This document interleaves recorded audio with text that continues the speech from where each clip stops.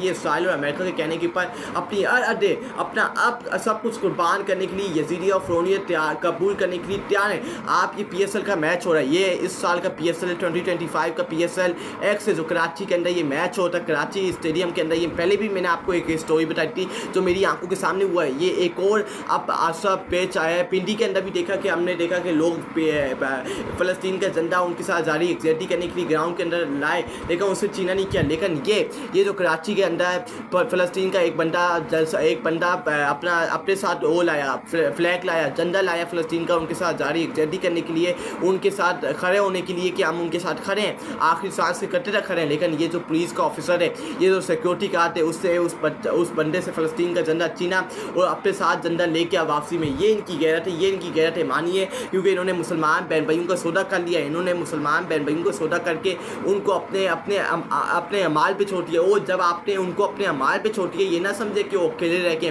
उनके साथ मेरा रब्बुल आलमीन कर रहा है, जो इस दुनिया का मालिक है, जो इस दुनिया का पावर रखता है, जो इस दुनिया का निज़ाम चलाता है, वो उनके साथ खड़े। अगर आप खड़े, आपके खड़े होने का ना खड़े होने का कोई फ़ायदा नहीं है। ये आपका ईमान चेक करना है कि आप अपने मुसलमान बहन भाइयों के साथ खड़े हैं या नहीं खड़े। क़यामत के रोज़ आपका हिसाब किताब ये देगा। लेकिन ये ना समझे कि मेरे फ़लस्तीन के माए बहनें, मेरी फ़लस्तीन की माए बहन, मेरी फ़लस्तीन के भाई, मेरे फ़लस्तीन के मासूम बच्चे अकेले रह के, ये ना समझे उनके साथ मेरा रब्बुल आलमीन है, जो इस दुनिया का निज़ाम चलाता है, इस दुनिया का मालिक है, वो उनके साथ खड़ा है। और ये बात आप अपने कान खोल के सुन ले। साली दरिंदे हो, मुसलमान के हुक्मरान हो, और 1 बिलियन और मुसलमान जो मुँह के पर अयासियाँ करके, मुँह के पटाए लगा के अयासियों के अंदर मसरूफ़ है। उसके बाद पूरी दुनिया में लोग स्टेडियम और खेल के मैदानों में फ़लस्तीन के परचम फहरा रहे हैं और मज़लूम मुसलमानों के हक़ में आवाज़ भी उठा रहे हैं। ये हमारे दोस्त और ख़ातमे नबूवत के सलामती अब्दुल रज़ाक भाई हैं, जो कल इन्होंने कराची स्टेडियम में फ़लस्तीन का झंडा लहराया और नारा लगाया तो इनसे झंडा छीन लिया गया। अफसोस, ये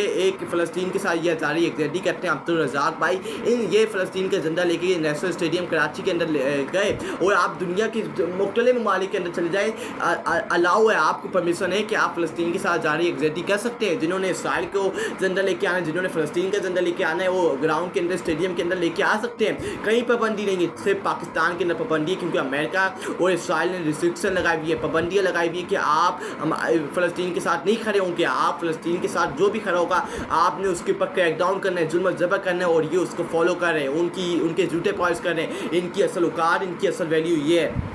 उसके बाद यकीन करें, अगर इन बच्चों ने खुदा की बारगाह में शिकायत की तो आपके नमाज रोज़े किसी काम नहीं आएंगे। और ये बात हकीकत है कि अगर इन मासूम बच्चों ने, अगर इन मासूम माए बहनों ने, अगर इन मासूम भाइयों ने, अगर इन मासूम माए बहनों ने, बच्चों ने जिनको मिसाइल से उड़ाया गया, जिनको बम से उड़ाया गया, जिनको इतना खौफजदा कर दिया गया, दवार के साथ लगा दिया गया, अगर इन्होंने बारगाह में जाके क़यामत के रोज़ या इस दुनिया से रुखसत होने के बाद जन्नत में जाते हुए अल्लाह ताला या अपने नबी करीम सल्लल्लाहु अलैहि वसल्लम से शिकवा कर लिया, आपकी जितनी नमाजें, आपने जितने सवाब कमाए, आपने जितने अल्लाह के सामने झुके, आपने जितने रोज़े रखे, उनका कोई फ़ायदा नहीं है। इनका नुकसान ही नुकसान है, क्योंकि जब आपने देखा, जब आपका माल, आपका ईमान का टेस्ट आया, आप पास नहीं हो पाए, तो आपके रोज़े रखने का क्या फ़ायदा, आपकी नमाजें 5 वक्त का पढ़ने का क्या फ़ायदा, क्या पढ़ने का फ़ायदा, आपका सवाब, आपकी ज़कात सब कुछ ज़ाया हो जाएगी जब आप अपने मुँह के ऊपर ताले लगा के बैठे हुए।